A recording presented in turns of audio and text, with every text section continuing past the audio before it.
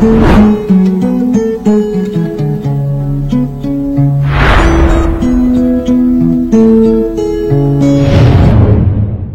nous regardez sur Arc-en-Ciel Télévision. Merci de renouveler votre confiance en votre télévision. C'est le nouveau numéro de votre magazine Grand Échange qui parle aujourd'hui de la normalisation du système fiscal national avec une réforme entreprise depuis le mois de juillet en cours, les débuts de ce mois de juillet. C'est la réforme de la facture normalisée qui, selon le gouvernement, introduit des changements majeurs dans la gestion fiscale et comptable en République démocratique du Congo. Et cette réforme, elle est déjà en vigueur, comme je vous l'ai dit tantôt, depuis le 1er juillet dernier. La question est celle de savoir, ce sera quoi la visée principale d'une telle réforme? Quelles sont les principales réformes fiscale que la République démocratique du Congo a connue? Cette question, bien entendu, nous allons l'aborder avant de pouvoir nous atteler sur cette récente réforme de la facture normalisée. Ça ne va pas nous empêcher de pouvoir remonter un peu dans le temps, question de voir les principales réformes qui ont été entreprises et en quoi est-ce que cela a été bénéfique tant pour les contribuables que pour justement l'économie nationale. Grand Échange reçoit pour en parler M. Aristote Mouchitou. Il est fiscaliste, expert comptable agréé. M. Aristote Kayembe, nous vous disons merci d'être là. Merci, c'est moi qui vous remercie. Avec lui, nous allons parler de cette normalisation du système fiscal national. Tout d'abord, la première question que je vous pose, comment le système fiscal congolais dans son ensemble a-t-il évolué dans le temps? Si on peut remonter depuis 1960 jusqu'à ce jour, de manière générale, comment le système fiscal congolais a-t-il évolué? Vous savez, partout au monde, sur le plan fiscal, il y a beaucoup d'évolutions. Moi, j'aime qu'on parle plutôt de la révolution fiscale plutôt que parler des réformes fiscales. Pas plus loin, parce que l'État a besoin d'argent permanemment. Oui. Si je dois rentrer un peu en arrière, nous avons parlé, moi je parle de la révolution fiscale. Oui. Il y a eu les précomptes BIC. Nous appelons bénéfice industriel commercial. C'est un impôt qu'on payait en avance pour qu'à la fin, qui va diminuer le bénéfice qu'on devait verser chose à l'État. C'est parmi les réformes fiscales. On est passé de précompte BIC à la compte provisionnelle. Donc ce sont des impôts qu'on paye en avance par rapport à l'IBP qui réduit votre bénéfice que vous devez payer normalement. Ça, c'est la première révolution, c'était précompte BIC à compte provisionnel. Okay. Alors, ce qui nous a encore apporté beaucoup d'argent, c'est la TVA. C'est un impôt indirect. La taxe sur la valeur ajoutée. Cet impôt-là devait être répandu partout, dans tous les ressorts. Le taux de cet impôt, c'est 16%. C'est parmi les grandes révolutions fiscales chez nous qui amènent l'argent dans les trésors. Donc, nous avons la TVA, l'impôt, la taxe sur la valeur ajoutée. C'est parmi les réformes palpables que nous sommes en train de voir nous-mêmes ici. Et il y a aussi, par rapport, parce que de tout ce que nous devons résumer, la politique d'un pays, d'une façon chiffrée, c'est le budget. Tous nous voyons le budget. À partir du budget, il y a des recettes. Quand il y a des recettes, c'est là où les régies financières, les grands régies financières qui apportent beaucoup d'argent, c'est la DGI parmi les régies financières.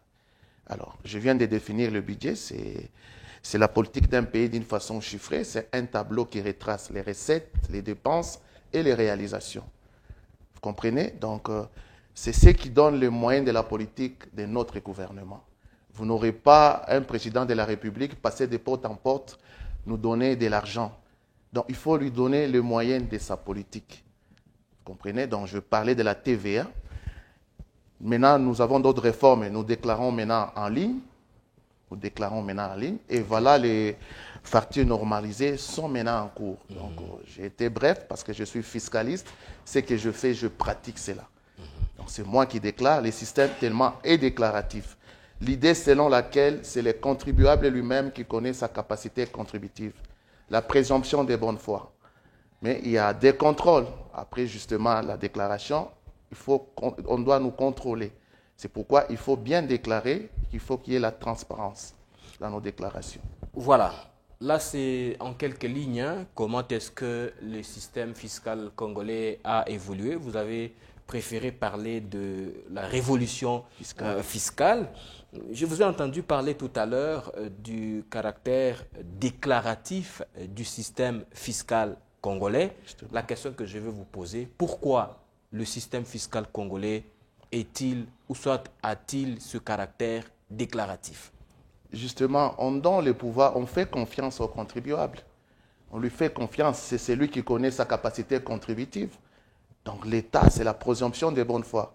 Donc c'est l'idée selon laquelle le contribuable lui-même connaît sa capacité contributive. Donc on lui donne la latitude de déclarer. La présomption de bonne foi. Donc l'État sait que ce qu'il déclare là est correct. Mais cela n'exclut pas à l'État de faire un contrôle justement après la déclaration. C'est quand tu déclares mal, tu minores l'impôt, il y aura des pénalités qui vont te suivre. C'est pourquoi il faut déclarer correctement. Donc celui qui déclare n'a pas, disons, il a la latitude de déclarer correctement, question de se mettre à l'abri des pénalités. Tout à fait. Donc il ne suffit pas de déclarer, il faut déclarer correctement. Donc c'est l'idée selon laquelle le contribuable lui-même connaît sa capacité contributive. Autrement dit, la présomption de bonne foi. Donc l'État dit qu'il va déclarer correctement. Mais cela n'exclut pas les contrôles. Il ne suffit pas de déclarer, attendez-vous à un contrôle. Si on vous voit, vous avez minoré, vous avez échappé, il y aura des pénalités qui vont vous suivre. C'est un peu ça. Donc l'État nous recommande de bien déclarer, quand bien même le système est déclaratif, et il prévoit aussi des contrôles. Au-delà d'un système fiscal déclaratif, existe-t-il un autre système fiscal? C'est le système, pour notre législation fiscale, c'est le système déclaratif. Ok. Pour le compte de la RDC, c'est déclaratif. Il n'y a pas moyen de migrer vers un autre système fiscal? Nous sommes allés vers la réforme. Okay. Mais jusque-là, nous avons ce système ici déclaratif. C'est nous-mêmes qui déclarons. C'est le contribuable lui-même qui déclare. Oui, oui. Et l'État compte sur la bonne foi de ses contribuables. Mais il prévoit des contrôles quand même. Ok. La confiance n'exclut pas les contrôles. La confiance n'exclut pas les contrôles. Je vous ai entendu parler d'une fiscalité indirecte, c'est cela? Justement. C'est-à-dire qu'il existe aussi une fiscalité directe. Justement. C'est quoi la nuance? Nous parlons des impôts. Je parlais de... Nous avons vous avez parlé des impôts, justement. Oui. Déclassification d'impôts. Oui. D'emblée, je dis, l'impôt indirect chez nous, c'est la TVA. Quand bien nous avons des impôts directs, nous avons l'impôt foncier, nous avons l'impôt sur les revenus locatifs, l'impôt sur le véhicule, nous avons l'impôt sur le bénéfice et profit, nous avons l'impôt mobilier, nous avons l'impôt sur les rémunérations. Ce sont des impôts directs que je viens d'énumérer, mais il n'y a qu'un seul impôt indirect qui est la TVA chez nous. Puisque Grand Échange a aussi une visée pédagogique, oui. Ceux qui nous regardent ont aussi cette possibilité de retenir quelque chose en des termes plus simples et compréhensifs. Ici, c'est vrai, vous avez parlé des impôts indirects, vous avez donné, disons, les types d'impôts indirects, les types d'impôts directs. Pourquoi on qualifie cela de direct? Pourquoi on qualifie cela d'indirect? Tout à fait. Parce que d'indirect, c'est le consommateur final qui paye la TVA. Là, d'emblée, je réponds, c'est ça, l'impôt indirect. Oui. L'impôt direct, c'est... Parce que nous devons avoir, dans les impôts, nous parlons des redevables réels et redevables légaux. Okay. Donc, c'est directement les redevables légaux qui payent les redevables réels qui payent son impôt directement. Vous comprenez? L'impôt direct, c'est-à-dire dans des termes clairs. Je vais donner des grandes lignes d'impôt que les gens connaissent. Il y a l'impôt sur le bénéfice et profit. Okay. Donc, c'est les 30% est payé directement par la société ou par l'exploitant individuel. Vous comprenez? L'impôt impôt professionnel sur les rémunérations. C'est les travailleurs qui payent cet impôt directement. Vous comprenez? Donc, je donne dans des exemples. L'IBP, c'est la société qui paye cet impôt. L'IPER, c'est les travailleurs qui payent cet impôt. Vous comprenez? Il paye directement lui-même son impôt. Ah, ce sont des impôts directs. Oui, oui. OK. Oui, oui. L'indirect, vous avez fait allusion à la TVA, c'est cela? À la TVA, oui, oui. Parce que c'est les consommateurs finaux qui payent cet impôt. Ah, d'accord. Là, c'est compréhensible. Alors, nous sommes toujours autour de notre système fiscal congolais. L'on dit que c'est pratiquement un atout majeur qui détermine la mobilisation des ressources financières internes. Tout à fait. En quoi cela est un atout? Le système fiscal, en quoi est-ce qu'il est un atout pour, comment dire, la mobilisation des ressources financières internes? Oui, oui. Quand je parle de fiscalité, j'ai fait allusion justement à notre budget. OK. La grande partie des recettes dans notre budget vient des régies financières, notamment de la DGI, de la DGDA et de la DGRAD. Oui. C'est eux, en termes de recettes, qui apportent beaucoup d'argent. C'est eux qui donnent les moyens de la politique à notre gouvernement. Vous comprenez? Donc, sans ces impôts-là, nous n'aurons pas un budget qui fera face à nos dépenses. Vous comprenez? C'est eux-mêmes qui nous font confiance. Il n'y a pas plus longtemps par rapport au Fonds monétaire international. Parce qu'il y a eu amélioration des recettes, il y a eu respect des assignations.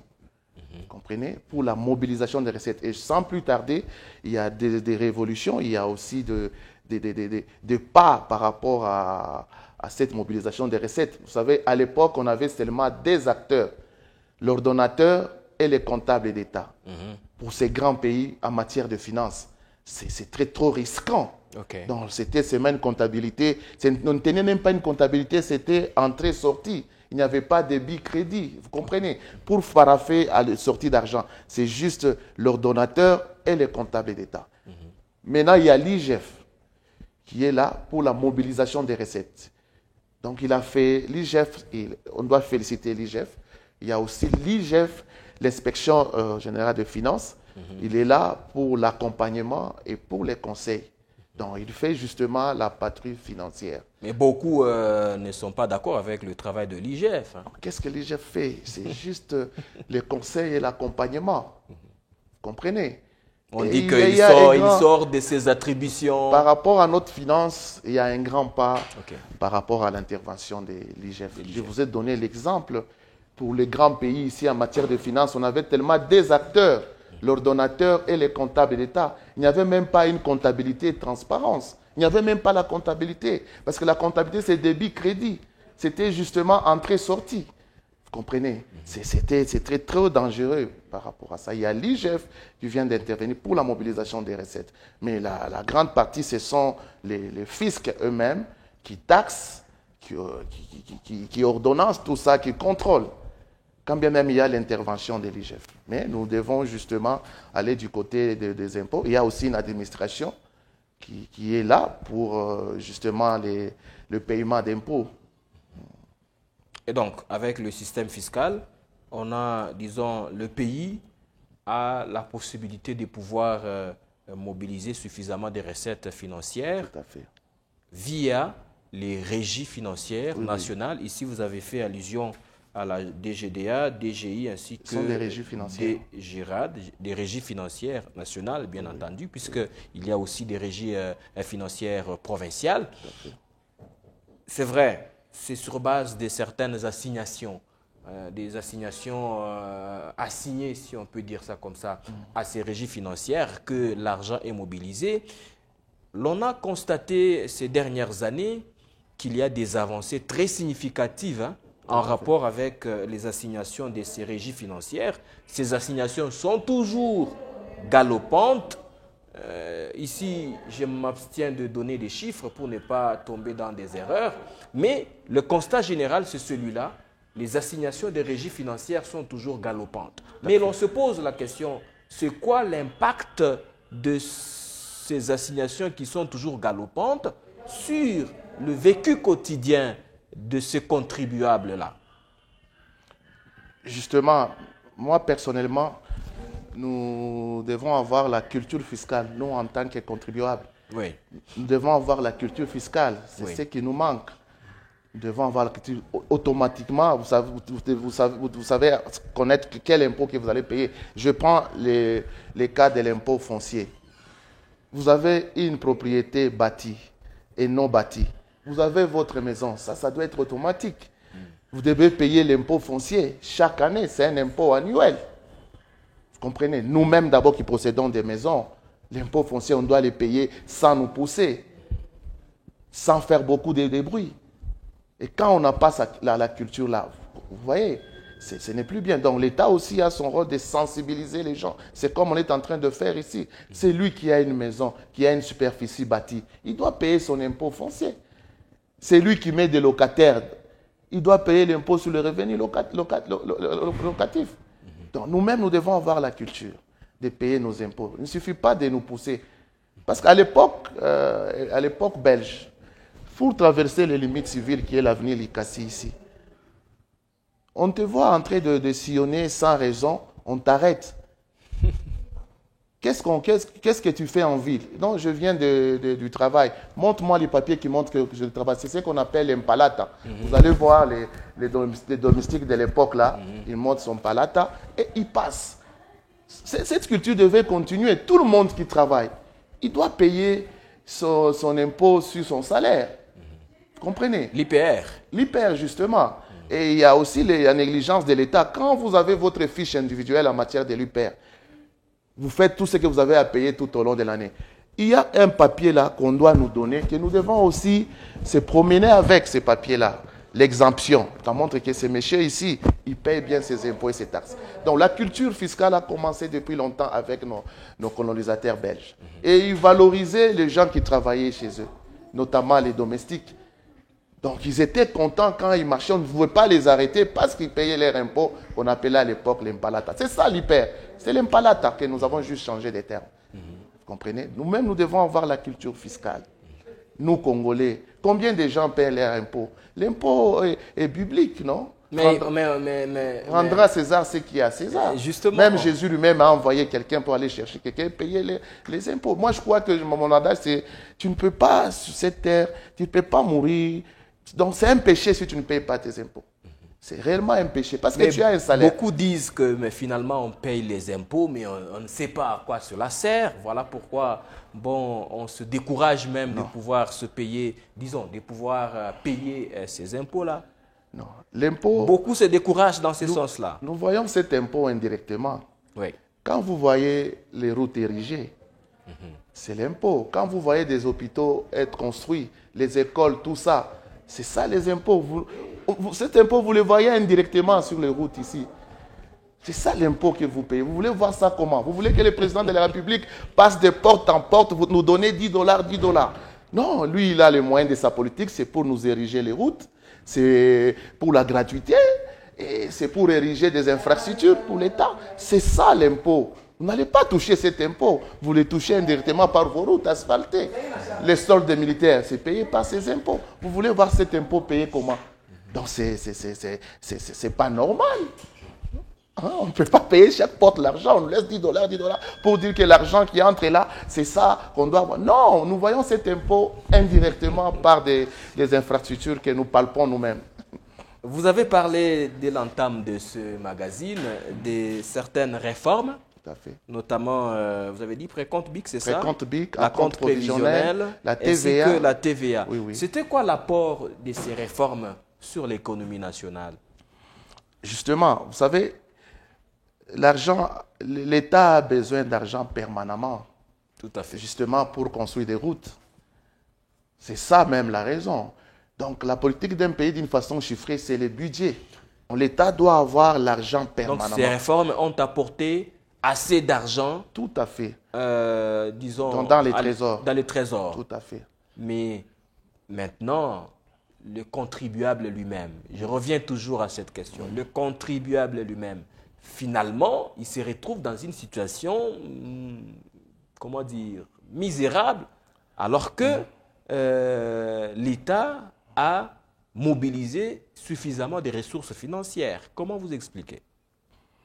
Justement, vous savez, nous devons nous-mêmes avoir la culture fiscale. Ce sont les gens qui ne payent pas leurs impôts qui parlent parce qu'ils ne connaissent pas. Ils ont besoin de l'éducation fiscale, de la pédagogie fiscale. Il y a des grandes sociétés qui payent leurs impôts. Notamment, j'ai toujours insisté, tout au long de l'année, aucune société paye ses impôts. Oh, il y a trop d'impôts au Congo. Non, non, non, non, non. Là, je dois mettre un accent. L'impôt sur le bénéfice et profit, c'est un impôt annuel. Okay. C'est l'unique impôt de la société qui paye annuellement. L'hyper, ce n'est pas l'impôt de la société. C'est les travailleurs qui payent cet hyper. Vous comprenez? Je fais allusion en disant qu'on ne viendra pas nous dire qu'une société, il y a des exagérations d'impôts au Congo. La société ne paie qu'un seul impôt. Impôt sur le bénéfice et profit. C'est annuel. L'hyper, ce n'est pas pour la société. C'est l'employé qui paye l'impôt. Alors, on doit faire attention quand on parle de quelque chose qu'on ne connaît pas. Il y a des gens qui ne vivent que de la fiscalité. Moi, ma vie, c'est la fiscalité. J'ai un cabinet fiscal. Depuis que j'ai fini mes études, c'est la fiscalité. On ne m'a jamais dévié. Vous comprenez? C'est mieux que vous soyez en face des gens qui pratiquent la fiscalité. Il y a trop d'erreurs, les gens rencontrent n'importe quoi. Comment la population ne vit pas de cet argent entrer dans les trésors. Justement, mais on ne voit pas les retombées de tout cela. L'impôt doit aller dans les trésors publics. L'impôt ne doit pas troubler les circuits économiques. Vous comprenez? L'impôt se paie en argent et non en espèces. L'impôt est pécunier. Vous comprenez? L'impôt que je parle, la redevance, la taxe que je parle ici, doit aller dans les trésors publics, qui ne doit pas troubler les circuits économiques. C'est cet impôt que moi je parle, qui contribue au budget de notre pays. Voilà, nous avons parlé des précédentes réformes. Tout à fait. Et à l'heure qu'il est, il y a une réforme qui est déjà en vigueur. Je l'ai dit tantôt, dès l'entame de ce magazine. Il s'agit de l'instauration de la facture normalisée. Oui. Vous êtes fiscaliste, tout d'abord. Oui, oui. Quelle est votre réaction par rapport à cette nouvelle réforme? Justement, c'est une standardisation des factures. Cette nouvelle réforme lutte contre la fraude fiscale d'abord, renforce la transparence, il exige la conformité et l'adaptation. Ce sont les avantages que je viens d'énumérer. Donc, ça lutte contre la fraude fiscale, oui. Ça renforce la transparence, la conformité et l'adaptation. Ce sont les avantages de cette facture normalisée. Vous, en tant que fiscaliste, comment vous avez accueilli l'instauration de cette nouvelle réforme? Pour vous, est-ce que c'est opportun qu'on puisse avoir une telle réforme, ou soit c'est une réforme des trop, puisqu'il y a déjà celle qui existe? Vous, en tant que fiscaliste, est-ce que c'est opportun que l'État congolais puisse avoir une nouvelle réforme dans ce sens-là? Je parlais des avantages, les 4 avantages, oui. Lutte contre la fraude fiscale, oui. Renforce la transparence, oui. Et la conformité, l'adaptation. Mais l'inconvénient est qu'il faut un coût pour ça. Il faut un coût pour ça. Donc, de mise en œuvre, il faut un coût de mise en œuvre. C'est-à-dire quoi concrètement? C'est-à-dire, il faut des formations de personnel. Il faut acheter des logiciels. Donc, pour nous, c'est trop tôt quand même par rapport à cette réforme, à cette révolution fiscale. Ça nécessite un grand coût pour qu'on ait sa mise en œuvre. On doit former les personnels. Comprenez? On doit acheter des nouveaux logiciels. C'est ça le problème avec. Et ça va augmenter des charges de la société. Okay. Ce sont des coûts pour la société. La société doit former les gens. La société doit acheter des logiciels pour s'adapter à cette nouvelle réforme. C'est ça l'inconvénient. C'est ça du côté un peu négatif. Mais néanmoins, nous devons aller de l'avant. Nous devons suivre la mondialisation. Nous devons moderniser tout ce que nous avons. Mais chez nous, il faut des préparations. Il faut beaucoup de préparations. Il faut se préparer pour se lancer dans cette facture normalisée. Mais il faut former les gens. Les sociétés doivent former les gens. Vous voyez combien de temps prendront ces sociétés pour la formation de ces gens? Il faut acheter de nouveaux logiciels. C'est un grand coût pour la société. C'est peut-être ça le grand problème par rapport à notre facture normalisée. Ouais, peut-être là, nous sommes allés très vite en besogne. C'est vrai, c'est toujours important de pouvoir relever ces deux dimensions, le côté positif ainsi que le côté négatif. Mais pour ceux qui nous regardent, c'est vrai, on parle de facture normalisée.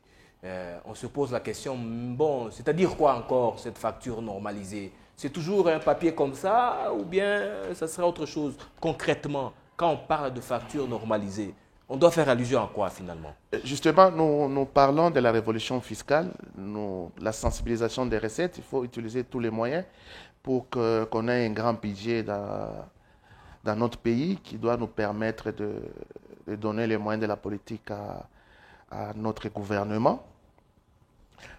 Quand nous parlons, d'abord, nous avons des lignes pour une réforme. Vous savez, nous sommes là pour lutter contre la fraude fiscale. Vous comprenez? Il n'y a que les trois possibilités que nous devons faire. Nous devons conseiller aux régies financières. Nous devons d'abord lutter contre la fraude fiscale. Nous devons unifier les régies financières. C'est-à-dire, dans d'autres pays, la DGDA, la DGI et la DGRAD, ça devait être ensemble. Là, la machine sera souple pour avoir des bons rapports. Il fallait unifier les régies financières. Il faut élargir l'assiette fiscale. Donc, il y a trop de gens qui ne déclarent pas leurs impôts. Il faut les fiscaliser. C'est ça, élargir l'assiette fiscale. Quand on élargit l'assiette fiscale, il y aura d'entrée. Beaucoup de gens vont payer l'impôt. Pour moi, il faut d'abord aller dans le cadre de la quantité au lieu d'aller dans le cadre de la qualité. Donc, tout le monde doit payer ses impôts et ses taxes pour donner les moyens de la politique à notre gouvernement. Vous comprenez? J'insiste sur le paiement d'impôts. Il y a la faute qui incombe aux contribuables et il y a la faute qui incombe à l'État. Mais l'État, nul n'est au-dessus de la loi. Nous devons nous conformer à ce que l'État est en train de nous dire. Donc, nous devons lutter contre la fraude fiscale, nous devons unifier les régies financières, nous devons élargir l'assiette fiscale. Ce sont les grandes lignes. Une fois réussies, nous allons aller plus loin et nous aurons beaucoup de recettes en termes dans notre budget. C'est vrai qu'il y a certaines dimensions techniques que nous prendrons la charge de poser directement à la DGI, puisque c'est la régie qui est censée gérer cette question de facture normalisée. Pour celui qui nous regarde, il entend parler de facture normalisée. Il se dit, c'est quoi la facture normalisée? La facture, pour qu'une facture soit acceptée, il y a des éléments qui doivent certifier cette facture. Okay. Nous avons d'abord la date de la facture. Donc au départ, c'est un document en papier comme celui-ci, normal. Oui, oui, okay. Mais qui contient certains éléments, oui. Notamment la date, vous étiez en train de citer. Tout à fait, oui. Donc tout est informatisé. Donc il faut informatiser les régies financières. C'est dans cette étape où nous sommes. Donc j'ai parlé de lutter contre la fraude fiscale, d'unifier les régies financières, d'élargir l'assiette fiscale. Il faut informatiser les régies financières pour qu'on ait beaucoup de recettes. C'est ça la réforme qu'on est en train de faire ici. Donc, les factures normalisées, c'est pour qu'il y ait la transparence. Donc, il y a des éléments. La facture sera saisie. Une fois saisie, c'est partout que vous allez constater cette facture. C'est ça la transparence par rapport à cette facture. C'est-à-dire que vous saisissez, je peux être dans un... Vous allez saisir le nom de la société, son numéro d'impôt, c'est déjà un grand pas pour le fisc. Et les libellés, qu'est-ce que vous avez acheté dans vos transactions que vous avez à faire? C'est juste pour contrôler les transactions d'achat et de vente. C'est ça la facture normalisée. Mais sur le plan informatique, ça sera en ligne. Même là, nous déclarons en ligne.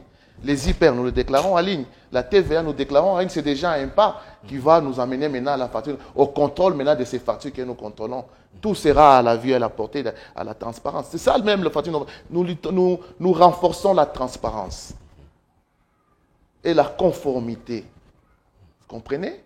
C'est ça même la définition de la facture dénormalisée. Ça lutte contre la fraude fiscale, ça renforce la transparence et Et nous devons nous conformer à cette révolution fiscale. Est-ce que ça sera utilisé seulement par des grandes sociétés ou des grandes entreprises, des grands supermarchés, ou soit ça sera étendu jusqu'à ces expatriés qui vendent en détail, par exemple, qui vendent des choses en détail? Est-ce que cette facture normalisée ira jusque-là? Vous savez, quand on parle de facture, nous voyons directement d'abord la TVA, n'est-ce pas? Oui. Sur toutes nos factures ici qui doivent être conformes, il faut qu'il y ait la TVA. Vous comprenez? Okay. Dans des factures normalisées, il y a aussi l'État qui connaît un grand dans ses processus d'établissement des réformes, des révolutions, il y a un grand retard. D'abord, je vous donne l'exemple par rapport à la TVA. Je vous en prie. La TVA, il n'y avait que le CDI qui faisait les contrôles de la TVA, même jusqu'alors. Donc, le CDI, nous n'en avons pas beaucoup, parce qu'on a créé la TVA, c'était en 2012. Il faut que ça soit opérationnel en 2013. CDI, Centre d'impôt? Centre des impôts synthétiques de Lubumbashi. Okay. Centre des impôts de Lubumbashi. Ok. Vous voyez? Okay. L'idée, c'était de répandre cette TVA-là, même au ressort. Parce que quand on parle de paiement d'impôts, tout le monde ne paye pas l'impôt de la même façon. Il y a les petites entreprises, il y a les moyennes entreprises et les grandes entreprises. Oui. Quand on avait instauré la TVA n'était pas sur les CIS, Centre des impôts synthétiques. On n'avait pas mis la TVA à son temps. Or, si la TVA était opérationnelle à ces centres-là, l'État aurait avoir beaucoup d'argent. Okay. Donc, on a limité la TVA seulement à des grands ressorts. Aux grandes entreprises, oui. Notamment les grandes entreprises, les CDI de Lubumbashi, les CDI de Kinshasa, les CDI de Bandundu. Donc, il n'y avait que 5. Or, si à l'époque, là, les CIS aussi devaient contrôler la TVA, on allait aller plus loin. On devait avoir des recettes, des grandes recettes, pas les recettes qu'on a maintenant. Et c'est à peine maintenant, Dieu merci, petit à petit, on est en train de mettre la TVA au CIS. Mais c'est à peine. Ça va un peu trop lentement parce qu'il y a un problème de répertoire, tout ça. Donc, c'est aussi l'erreur de l'État. Il devait faire au même moment introduire le TVA à tous les ressorts des impôts. Mais il a commis l'erreur en mettant seulement des CDI et non les CIS. Et par rapport aussi à la facture normalisée, je reviens à votre question.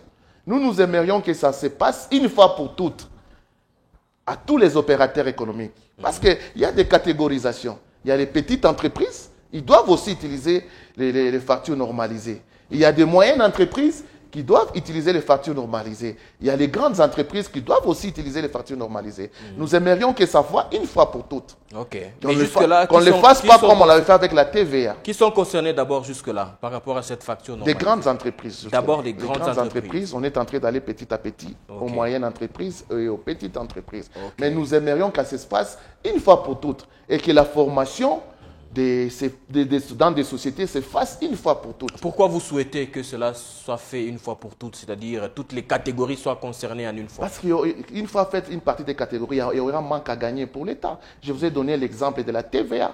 Okay. La TVA n'était gérée seulement par le CDI et non par les CIS. Vous comprenez? C'est un manque à gagner pour l'État. L'État doit gagner une fois pour toutes. L'État doit avoir l'argent permanemment. Vous comprenez? Nous aimerions que ça se passe une fois pour toutes. Si on laisse les grandes entreprises le temps que... Parce que ça nécessite un coût, non? On a parlé des coûts pour l'installation de ces factures normalisées. Ça nécessite un coût. C'est un coût pour l'adaptation. Il y a les coûts d'abord pour le coût de la société, pour sa formation et pour l'adaptation. Parmi les avantages, ou soit le côté positif de cette réforme, premièrement, vous avez parlé de la lutte contre la fraude fiscale. Oui. La question que je vous pose, en quoi cette facture normalisée viendra lutter contre la fraude fiscale? En quoi? C'est une facture standardisée. C'est le standard, c'est le modèle de toutes les factures qu'on doit accepter. Ok. Comprenez? La fraude ne sera pas... On a écarté la fraude. C'est juste la transparence de la facture qui est plus misée. Et la conformité de la facture. Donc, dans la conformité de la facture, vous allez mettre les éléments, vous allez saisir les éléments, automatiquement, on va vous répondre. Vous comprenez? Si la facture est normale, si elle n'est pas normale. Tout doit être saisi. Vous avez votre numéro d'impôt, vous avez le nom de la société, vous avez vos activités, ce que vous faites. Si vous saisissez, si ça bloque, donc quelque chose ne va pas. Donc, on doit valider cette facture. Hein? C'est la validation de la facture. La validation d'une facture lutte contre la fraude fiscale. Ça renforce la transparence. Comprenez? C'est un peu ça. Par rapport à la conformité ou au renforcement de la conformité et à l'adaptation, comment vous expliquez cela? Donc nous devons nous conformer à cette nouvelle réforme, sans exception aucune. Donc nous devons suivre les recommandations de la législation fiscale. Donc l'État, l'impôt, c'est une imposition sur le patrimoine des individus par les pouvoirs publics. Vous comprenez? Donc nous devons tous nous conformer automatiquement. Si vous ne vous conformez pas, vous n'allez pas non plus travailler. Y a-t-il un impact de cette facture normalisée sur le quotidien des Congolais? Ça sera quoi l'impact? Cette histoire a déjà commencé. Quand vous allez dans des supermarchés, il y a des factures qui sont la transparence des factures. À chaque fois que vous allez dans un supermarché, quand vous achetez la marchandise, le fait déjà qu'il y ait la TVA là-bas, c'est déjà une facture qui est connue. Comprenez? Je dois parler. Parce qu'une facture normalisée doit nécessairement avoir la TVA. Justement. Comprenez? Oui. Qui est celui-là qui est assujetti à la TVA? Comprenez? C'est pourquoi maintenant on est en train de répandre la TVA même dans des petites entreprises, de moyennes entreprises. On répand maintenant la TVA. Donc sans TVA, la facture ne sera pas normale, ne sera pas validée d'abord. C'est parmi les éléments de la facture normalisée. C'est parmi les éléments, c'est la TVA. C'est parmi les éléments qu'on doit valider. Parce que nous allons dans des petits marchés. Sur ce point d'assujettissement, c'est lui qui a les documents de l'avis d'assujettissement à la TVA. Il a l'obligation de collecter pour les assujettis et les non-assujettis. Toi, tu es non-assujetti. Quand tu vas chez Jambo, on te donne la facture avec TVA. TFM, quand il va aussi, on lui donne la facture avec la TVA. L'État donne la possibilité à ce monsieur qui a le droit de collecter la TVA pour les assujettis et les non-assujettis. Voyez-vous? Donc, c'est déjà dire que tel va payer, n'est pas payé. Quand nous allons faire tout ce que nous achetons, c'est avec TVA. Donc, ici, nous n'avons pas de discrimination. Donc, et les petites entreprises et les moyennes entreprises, les grandes entreprises doivent être emballées pour cette révolution. Comprenez? On ne va pas écarter les gens. C'est pourquoi ça demande un coût pour la formation du personnel, des gens qui sont dans des sociétés. Il faut les former. Comment utiliser ça? En tout cas, c'est que vraiment, je n'ai pas encore rencontré cette facture normalisée. C'est en cours. C'est en cours. Oui. Ok, nous attendons. Même nous aussi, on n'a pas encore palpé par rapport. Ça doit commencer par des grandes entreprises. Mais nous voulons que ça commence dans des moyennes et des petites entreprises. Parce que nous avons le mauvais souvenir de la TVA qui a laissé les petites entreprises. Or, c'est dans un même pays. Il ne faut pas qu'il y ait de partis, tout ça. On doit faire ça au même moment. Petite entreprise, moyenne entreprise, grande entreprise. Je comprends le pourquoi que je n'ai pas encore rencontré cette facture. Justement. Je ne vais que dans les petites entreprises. Okay. C'est ça, là, tout doit être informatisé. C'est parmi donc, lutte contre la fraude fiscale, unifier les régies financières, tout doit être informatisé. Il faut élargir l'assiette fiscale. C'est parmi les combats qu'on est en train d'aligner pour qu'on ait un peu de montant consistant par rapport à notre budget pour donner les moyens de la politique à notre gouvernement. Moi, ça me fait du bien quand vous posez la population ne se retrouve pas, nous payons nos impôts. Mais vous voyez les routes, non? Vous voyez les hôpitaux, vous voyez les écoles. C'est ça l'importance des impôts.